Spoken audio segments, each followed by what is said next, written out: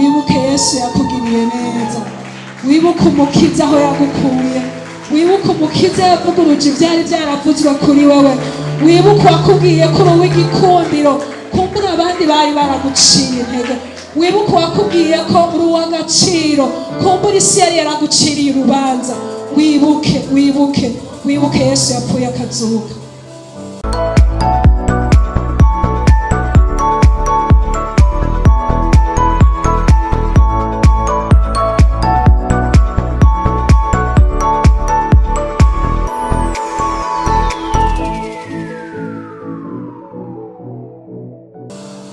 Haleluya. Numwizigirwa. Umuririmbyi aravuga ngo mbonye umukunzi mwiza, umukiza Yesu. Yesu turaguhaye icubahiro kuri uno mugoroba. Abo wagiriye neza turavyibuka, abo watabaye Mwami Imana ntituzovyibagira, abo wahinduriye ibihe Mwami turi hano ngo tugushime. Haleluya. Abo watabaye mu ntambara zikomeye Mwami turaguhaye icubahiro, abo wavugiye tutagira kivugira Mwami Imana turaguhaye icubahiro, abo wajabukije inzuzi niniya zirezire tutojabuka Mana kuri uno mugoroba turaguhaye icubahiro. Oh haleluya, haleluya. Mwami abo wahinduriye amazina Mwami, twari dufise amazina mabi, twari dufise amadosiye twagiriza, twari dufise imanza twaciriwe n'isi, twari dufise uko twiswe n'isi Mwami, twari dupfuye nabi tutagira ivyizigiro, twari twishwe n'agahinda n'umubabaro, twari twishwe n'uburuhe bwo mu mutima, amahoro yari yaraduhunze, umunezero wari kure yacu, ariko ivyo vyose warabihinduye. Mana turaguhaye icubahiro kuri uno mugoroba, turaguhaye icubahiro Yesu, turakubwiye merci, wakoze ibikomeye ku bugingo bwacu. Si ivyo gusa Mwami, si ivyo gusa, waduhaye ivyizigiro vyo mw'iherezo ryacu, ngo igihe kimwe tuzobana turirimba indirimbo Mwami Imana z'amashimwe, tugutazira ubudasiba kandi tugutazira urudaca. Mwami turabinezerewe kandi turabigushimiye. Haleluya. Turagushimiye urukundo rwakuvanye mw'ijuru ukaza kuducungura turi babi. Turagushimiye ko ari wewe wabanje kudukunda Mwami, kandi ntabwo twari tubibereye. Mwami umwanditsi wa Zaburi aravuga ngo ninashika mw'ijuru nzomubaza Yesu ico yankunze, ngo mbega umwana w'umuntu yari iki kugira ngo mukunde urukundo nk'urwo. Twari ikiga Mwami, twari babi, twari twandavuye, twari abo gupfa rubi, ariko aho nyene niho wadusanze, naho urukundo rwawe rwagaragariye Mwami. Turabigushimiye. Mbega niki utodukorera? Ijambo ryawe Mwami Imana rikabivugana, itimanye umwana wayo w'ikinege ariko ikamutanga ku bwacu twese. Yoba urite kutugabirira byose muri we. Turagukomeye amashishimwe kubw'uno mugoroba. Haleluya. Urahambaye, urakomeye, uri Imana ikomeye, uri Imana ihambaye. Amajambo yo kukuvuga turayakena, amajambo yo kukuvuga dusanga adahwanye n'icuri, amajambo yacu dusanga adahwanye n'icuri. Muntiza amashi menshi n'impundu nyinshi gukomera amashi Imana. Haleluya, haleluya, haleluya, haleluya, haleluya, haleluya.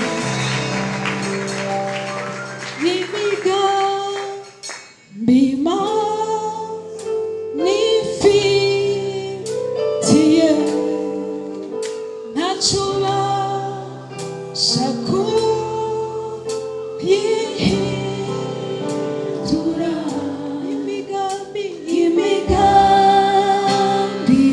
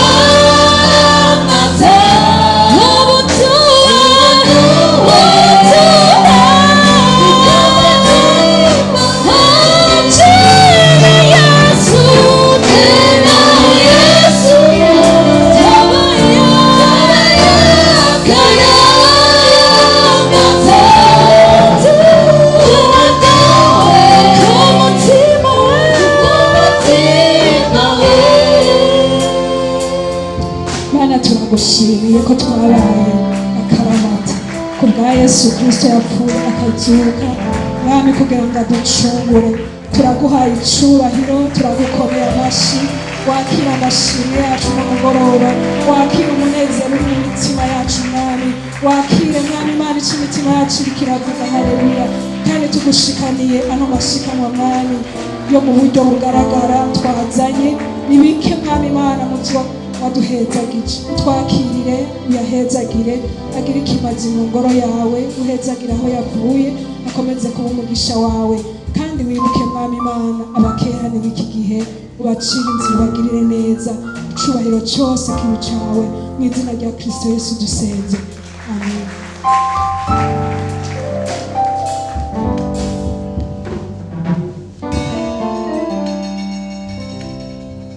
Haleluya. Oya, haleluya. Oya, shengero ry'Imana, haleluya. Oya, sindiko ndabumva. Shengero ry'Imana, haleluya. Imana ihabwe icubahiro. Haleluya. Abafise Imana ku mutabazi wayo, haleluya. Ababonye Imana ibagirira neza, haleluya. Abashengereye Imana y'imbaraga, haleluya. Abatakurikiye imigani y'abakecuru ariko bakurikiye Imana nzima, haleluya.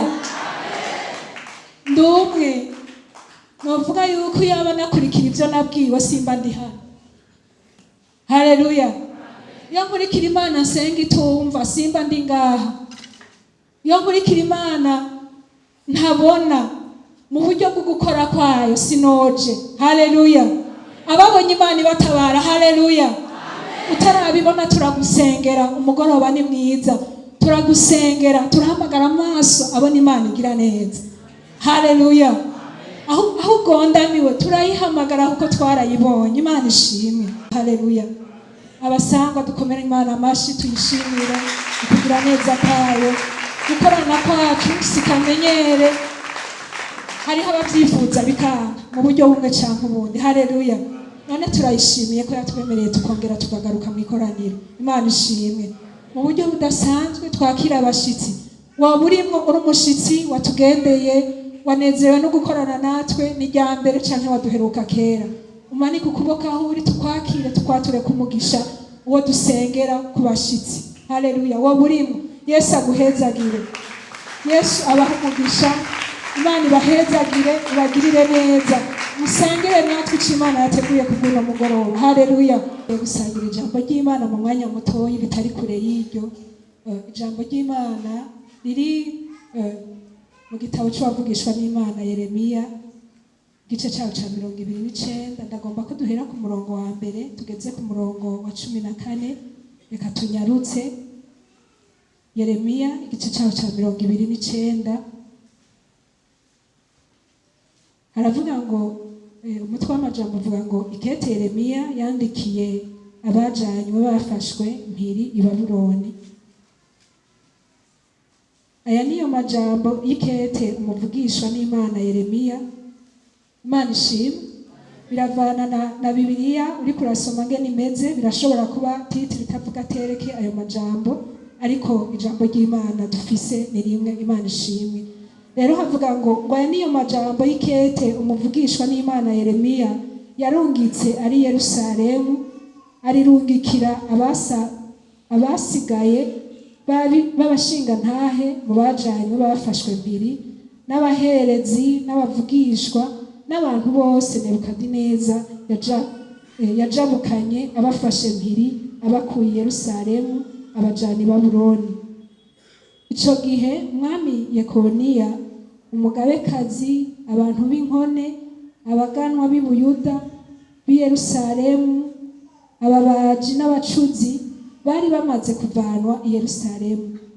Arirungikana Elasa mwene Shafani na Gemariya mwene Hilukiya, abo Zedekiya umwami w'i Buyuda yatumye i Babuloni kuri Nebukadineza umwami w'i Babuloni.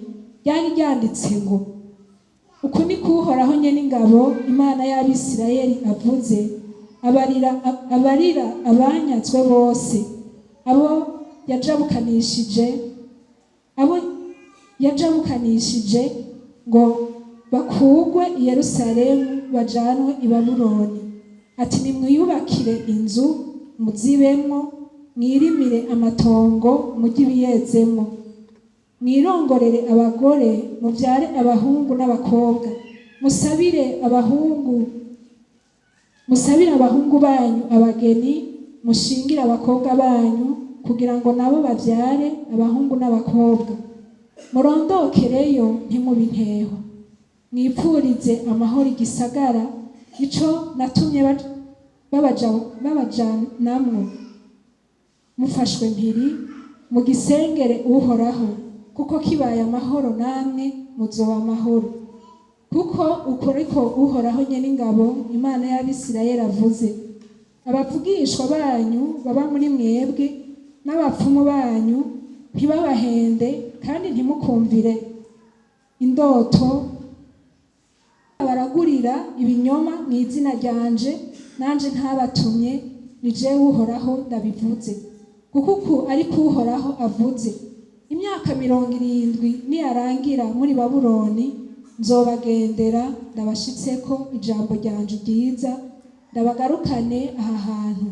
Kuko nzi ivyiyumviro mbiyumvirako, ni jewe Uhoraho ndabivuze, ko ari ivyiyumviro vy'amahoro atari ivy'ivyago, kugira ngo ndabahe ivyizigiro vyo mw'iherezo ryanyu.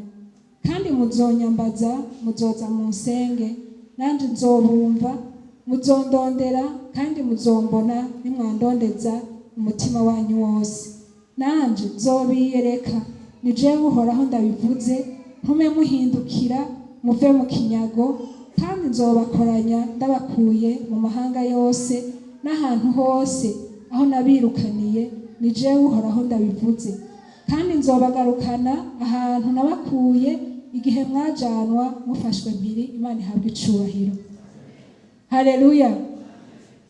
Singomba gufata umwanya muniniya cane, ariko ndagomba ko dutahana kino kintu. Aya majambo y'Imana yari kabwirwa abantu b'Imana batari borohewe. Haleluya. Oya, haleluya. Aya majambo y'Imana yari kabwirwa abantu bafashwe mpiri, batwawe nk'inyagano. Imana idufashe cyane. Aya Yeremiya yayandikiye abantu bari mu bibazo bikomeye cyane, bikomeye. Kandi nagira ndakubwire icyantangaje mwana majambo, nabonye ko ingorane zirashika ku bato, zigashika ku bakuru, zigashika kuba sinzi ngena no bivuga, ariko ikintu nabonye mwaya majambo uravye ku murongo uherenga ha ku murongo wa 3 havuga ngo, uherenga ha ku murongo wa 3 havuga ngo arirungikana Elasa, herekana ungena Yeremiya yarungitse iryo kete. Ariko ku murongo wa 4 havuga ngo, uku ni Uhoraho nyene ingabo, Imana y'Abisirayeli avuze, abarira abanyazwe bose. Imana idufashe cyane. Mwabo banyazwe harimwo abaherezi, harimwo abantu batandukanye, harimwo abantu bari babayeho neza, harimwo abantu bari bafise ubuzima butandukanye. Imana idufashe cyane. Aha nakuye mwiki, umve umwe wese arafise ikinyago ashobora kujanwamo mu buryo bumwe canke ubundi, ariko Imana ishimwe ko dufise Imana. Haleluya. Ibihe birashika bigakuranwa, ariko Imana ishimwe ko dufise Imana ikontorora ibihe. Haleluya. Urashobora nawe kuburi tubinyarutse, reka tubinyarutse, urashobora kuburi mu kinyago ciwawe. Ndiko mvugana na wewe kuri uno mugoroba, niwe ndiko ndabwira. urashobora kubona ahantu mu kinyago cawe sinzi ko ari ingwara yagusinzi ikajurateba urabivamo no kusenga, sinzi ko ari ikibazo kanaka cagucinyije nico kinyago cawe cuno mugoroba turiko turavuga, ariko Imana ishimwe. Haleluya. Yamiri o controle y'ibihe, yamiri hejuru y'ibihe. Imana ishimwe.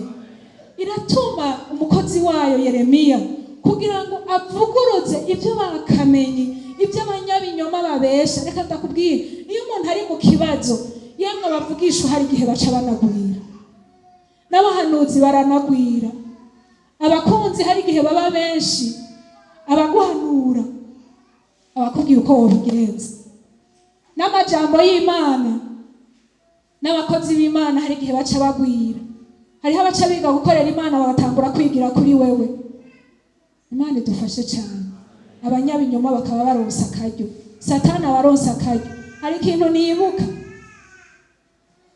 Imana igomba kugirira neza umuntu, Satani nawe nyene nasanze atabiyobeka, aramenya ibihe byiza biri imbere yawe kandi akazana ibindi bintu menga yoguhushisha.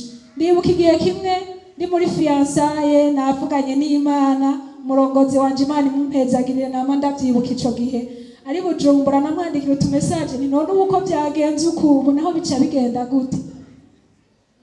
Abarongozi Imana yo mwijuru bahezagire. Iyo ndavyibutse nkibuka kuntu ari abavyeyi bataravye imyaka, bataravye ibigero bagezemo, nta rugo yari bwubake ngo ambwire ati oya cugira gutya na kuri oya, nawe nyene umenga atari muri fiansa. Ico nzi nuko atari bwubake, nibaza ko yari akicacisha arabisha baza Yesu amubwira ati nuyu canke nuyu, nkora uku canke ngira uku. Muga rero je ivyo ntobimbatse, nabanzi ko azi byose kandi ikibazo caje gifitiye inyishu. Niko bimeze abarongozi n'abavyeyi. Haleluya. Abarongozi Imana ikomeze bampera amavuta n'ubwenge bw'abarongozi, kuko murayakeneye, murabukeneye. Imana ishimwe. Twabihejeje, narasenze, Imana yaranyishuye kandi neza, nta gipfungu kirimo sinkekeranya. Ibintu byose binyereka ko ndi mukuri byari bihari, sivyo? Muriko murumva neza, ngomba kubereka udutrike twa Satani y'Imana igomba kukugirira neza. Hanyuma rero mwico gihe nyene ndavyibuka cari gitondo ndiko ndaja ku kazi ciye ahantu, ijwi rira hariho utundi dutelefone tuntu twanda gukunda kandi je numva nifuza ko tugira mariage. Janete turazinanye, urabizi twarakuranye, menga rero nugurutse yandi maso datangura nti kandi sha imbeho umunyengozi wewe twamenyanye gute, birahindutse. Uribagiye ivy'Imana mwavuganye, uribagiye amasengesho wagize, uribagiye byinshi, uribagiye n'ibyo mwafundise. Kandi sha aturumva kandi Janete turazi nukuri kandi sha ndivuga nawe umutima wanje ni kumbe bwaho ndi umuntu akijijwe hari igihe ubwenge bugenda, numva umenga bwaragiye, numva ndabihinduye ubusa, ndibagira byose ndavyibagira.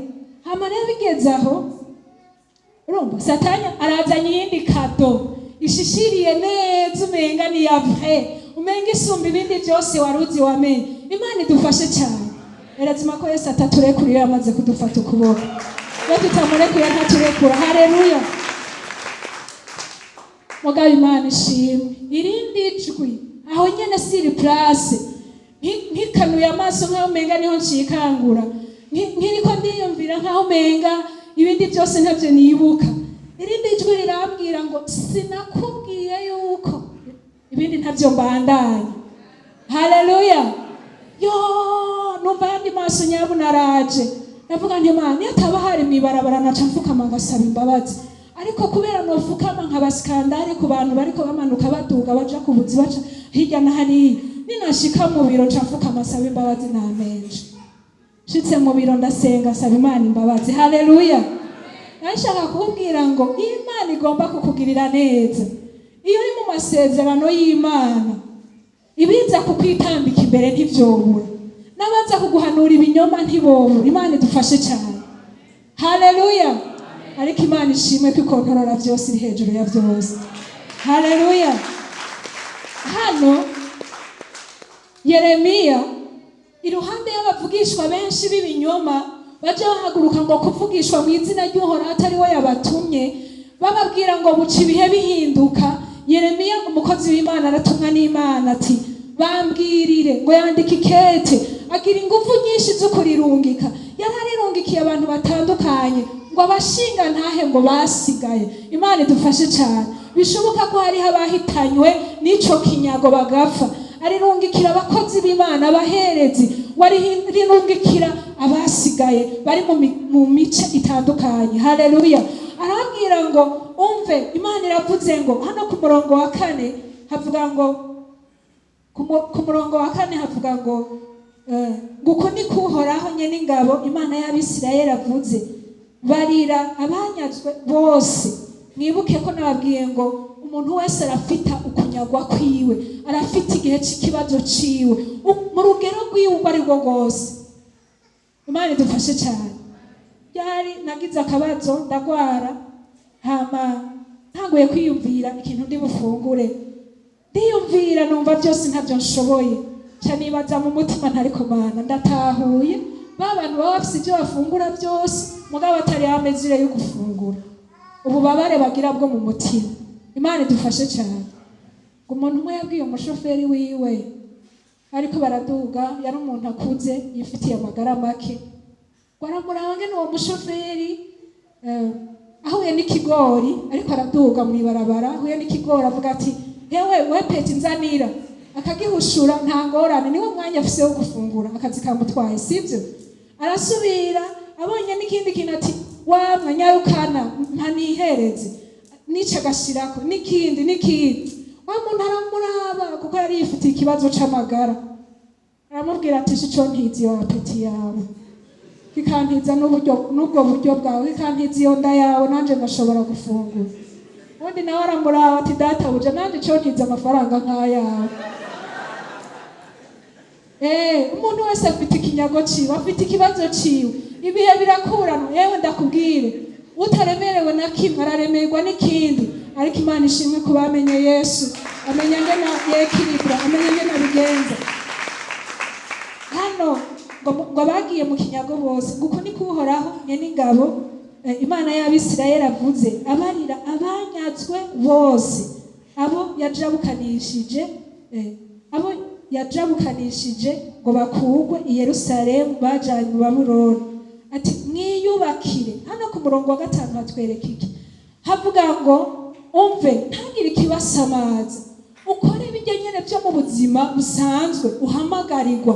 Havuga ngo mwiyubakire amazu muyabemo. Mu yandi majambo, abagira mu mahiyaje muyagire, abakora ibitandukanye mu bikore. Kubera ariko mu bikore mu rutonde. Kubera iki? Umve Imana iri hejuru ya byose. Ntuhagarike ngo nuko ibihe byahindutse, ntuhagarike ngo nuko amajwi avuga uko. Ukora icyo ukwiye gukora, ibyo mu buzima busanzwe uhamagarirwa gukora bikore mu rutonde rumeze neza. Imana ishimwe. Haleluya. Hariho abantu baba frene n'ibihe kanaka akacavuga ngo nta kundi turapfuye. Imana ishimwe. Hano kubandanije umurongo w'indwi utwereka iki? Umurongo w'indwi niwo nshaka, haravuga ngo mwipfurize amahoro igisagara, ico natumye babajanamwo mufashwe mpiri, mugisengere Uhoraho, kuko kibaye amahoro namwe muzoba amahoro. Imana ishimwe. Umurongo w'indwi uvuga iki? Ugira ibyifuzo vyiza. Haleluya. Ugira imigabo myiza mu mutima wawe, ugire intumbero nziza mu buzima bwawe, utitayeho ko ibintu byazimvye, utitayeho ko ibihe byahindutse, ariko mu mutima wawe ugire imigabo myiza. Haleluya. Abo turiko turajana. Haleluya. Bantu b'Imana, ugire imigabo myiza. Umusiniriwe dogo tujambo tutibuka mu byiyumviro, tutibuka mu mutima. Ntibaziye biriko birava, kuko ibyo nariko ndakora ntabwo sinariko nsoma Bibiliya, sinariko ndandika, ariko hari utuntu tuvuga ngo Imana ntabwo imeze nk'umuntu. Haleluya. Kandi nibyo numvise n'abaririmbyi baririmbye, Imana ntabwo imeze nk'umuntu, ntabwo inanigwa. Haleluya. Ntabwo iba surpasse n'ibihe, ntabwo iba dope ngo irengerwe. Imana idufashe cyane ngo ivuga ati nabaye narengewe, ibi bintu byandengeye, iri incomparable, ifise ijambo rya mbere n'irya nyuma ku bihe byose, ibikomeye n'ibyoroshe ibifise ku ijambo. Haleluya, iri hejuru ya byose kandi ikindi tutayigereranya, ntabwo imeze nk'umuntu. Imana nta nziga ifise. Haleluya, urashobora kuba warakikujwe n'abagufitiye inzigo, nta jaruzi ifise, nta fuhe ry'ubutunzi bwawe ifise, nta fuhe ry'uko wotera imbere ngo ice yumva umujinya. Ntabwo imeze nk'abantu. Haleluya, oyaye, haleluya. Kandi reka ndakubwira ikintu, no mu kugutabara ntabwo yorinda gukonsirita abansi bawe ngo ibanze baze nakati wowe bivuga kwiki. Ubona nakabereye kuja hejuru, ubona nakabereye gushigwa hejuru, gutezwa iyindi ntambwe. Oya, urazi ko atakoroboshirako. Imana ntimeze nk'abantu kandi ntirinda kumviriza ibyo bakuvuzeko, iraba intention yo mu mutima wawe. Haleluya, ntawe uragira amahoro mu bihe bigoye kandi ibihe bitahindutse. Amahera ukeneye utayarose, mugo ukumva umenga hariho anestheti watewe. Ntawe ntera intege ngo abwire nimba byarakubayeho. Haleluya, Imana ni Imana, ntikangwa n'ibihe iyo twayishize ku mitima yacu. Yewe ibyabuze byabuze, ibyo wifuza n'ibyo usengera kandi arahati wihuta umenga biracika, umenga ibara riraguye, uvuga uti mbega Mana uranyumva, mbega Mana ibihe urabibona. Hewe bitarakunda ukumvura amahoro, ukumva gahwekere, ukumva uguwe neza, ukumva umenga wazi uti none kumenga ndanezerewe kandi nguwe neza, bya bindi bitaraboneka. Imana irakomeye, irafise na anesthesi y'abantu batararonka inyishu y'ibibazo byabo. Haleluya, Imana ishimwe. Arabwira ati malgré ko muri mu kinyago, malgré ko muri mu kibazo gikomeye, muri mu gasuzuguro, muri mu gatetereza, ababanyaze bahitanye abami babakura impuzu z'ubwami babahindura abaja. Mwumva icari cyo kunyagwa, gutwagwa mpiro. Ntabwo bavuga ati bagende bararirimba ati mwami mwami mwami n'uganze n'ubusabwe. Biba byahindutse, imvuga iba yahindutse. Wari umunyacubahiro kibacho kimeze nk'aho umenga cyatakaye. Haleluya, wari umwana ninahaye afyinye ajya akabironka ibyo afungura, icyo gihe biba byahindutse. Wari umwamikazi buba bwagiye ku ruhande. Ikinyago ni kibi, ibibazo biragora, ariko Imana ishimwe. Haleluya, oya, haleluya. Nama ndabyiyumvira ngo nje kumenya ko Imana ivuga gutyo ku buzima bwanje, nkamenya ko ndi très spécial, non seulement ko ndi mwiza ariko kandi ndi umwe. Haleluya, ntawe dusa, ndi umwe. Hanyuma ikirenze ico ndi mwiza vraiment. Nibyo, nawe uri mwiza. None woba mubi pa raporo aki, woba mubi pa raporo yande, bakugereranije nande. Waremwe mu ishusho y'Imana, uri mwiza vraiment. Haleluya, kandi uri umwe ku isi, urihariye. Haleluya, Imana ikirahindukira avuga ngo kuko nzi ibyiyumviro mbiyumvira, ntabwo ari iby'ibyago, ifise imigambi myiza ku bugingo bwawe. Ikirenze ico ivuga ngo kuko wabaye igiciro kinini mu nyonga zanje, yakuremye kwitondeye, igufitiye umugambi, uri w'igiciro kinini mu nyonga z'Imana. Mu mpera amashimana irahambaye. Haleluya, Imana ishimwe. Reka turangirize ku umurongo wa 13 n'uwa 14. Hano umurongo wa 11 utweretse ngo kuko nzibyiyumviro mbiyumvirako. Nakubwiye ngo wandike naho tutotahana byinshi. Urote n'umurongo w'indwi ukubwira inama yo kugira ibyifuzo byiza, kugira imigambi myiza mu mutima wawe. Abandi nibavuga bibi, nibatura bibi, uvuga ibyiza. Haleluya, nibagira imigabo mibi, ugira imigambi myiza mu mutima wawe. Ibisigaye birekera Imana n'igihe cayo. Haleluya, oyaye, haleluya. Umurongo w'indwi utwereka ko malgré naho ibihe bimeze uko watura ibyiza, usengera bitwa abo tubona asengeye ibyo nyine, usengera igihugu, usengera ibihe bindi. Haleluya. Kuko bigenze neza nawe ucugirirwa neza. Haleluya. Ugira imigabo myiza mu mutima wawe, ugira ibyifuzo byiza. Imana ishimwe. Hano umurongo w'11 utwereka imigambi Imana idufitiye, iranyuranye n'iby'isi ivuga, iranyuranye n'iby'ibihe bivuga, iranyuranye n'ibyo ubayemo bikwereka. Imana idufashe cyane. Haleluya. Kandi Imana ntihinduka, ntivuga ego ngo habivuge oya. Imana ihabwa icubahiro. Umurongo wa 12 uvuga ngo kandi muzonyambaza. Imana ishimwe. Muzoza mu nsenge naje nzobumva, muzondondera kandi muzombona nimwandondeza umutima wanyu wose. Imana iri disponible. Haleluya. Haleluya. Imana iri disponible. Uyihamagarira kumva, uyambazira kwitaba, uyirondera iraboneka. Ndakunda ikindi kintu ku Mana, sinagira mvuge ngo ikintu kimwe. Ndakunda ikintu ku Mana ko abandi twosaba ama audience ukazofuta ironse. Hariho abantu wewe babakuru uzofuta koze mu ntoki twe na wewe, ariko Imana ishimwe. Haleluya. Ugisenga gusa, ugikubita ibifukamiro hasi, ugahamagara data wo mwijuru, arakwitaba. Haleluya. Imana ishimwe. Hariho abantu kubegera uzofuta begereye kuko barikikuje bikwiye. Oh, haleluya. Ariko Imana yacu yo mwijuru ihabwa icubahiro. Haleluya. Irakomeye, ariko yicishiriza bugufi kugirira neza twe na wewe.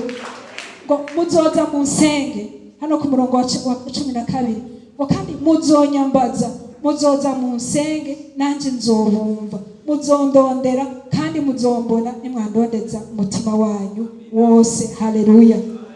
Ibisigaye ku murongo wa 14 havuga ngo nanje nzobiyereka, nije uhoraho ndabivuze, nibibandanya Imana izobiroranya, izobigira neza, izoguhindurira ibihe, yirekera umwanya, yirekera ibihe. Kora icyo utegereza gukora, hageze kuyisenga n'usenge, yirondeze umutima wawe wose, gira imigabo myiza mu mutima wawe, tandukana n'ikibi. Umunsi nigishijwe n'akandi kantu katibutse mu byiyumviro byanje. Hari utuntu twitwa antibuye. Jesse ndo mupentre sinzi ibyo barazi ngene bameranje ibintu. Haleluya. Ugwanye ikintu cyitwa ruye mu mutima wawe no mu buzima bwawe, bisigaye birekera Imana. Haleluya. Imana yo mwijuru ibahezagire. Turarangije.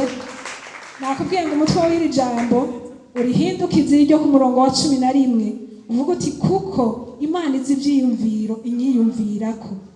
Ni Imana ibivuze, kuko ari ivyiyumviro by'amahoro atari ivy'ibyago, kugira ngo impe ivyizigiro byo mu iherezo ryanje. Haleluya. Ubiririmbe, ubyature ku bugingo bwawe, kuko Imana ntivuga ego na oya.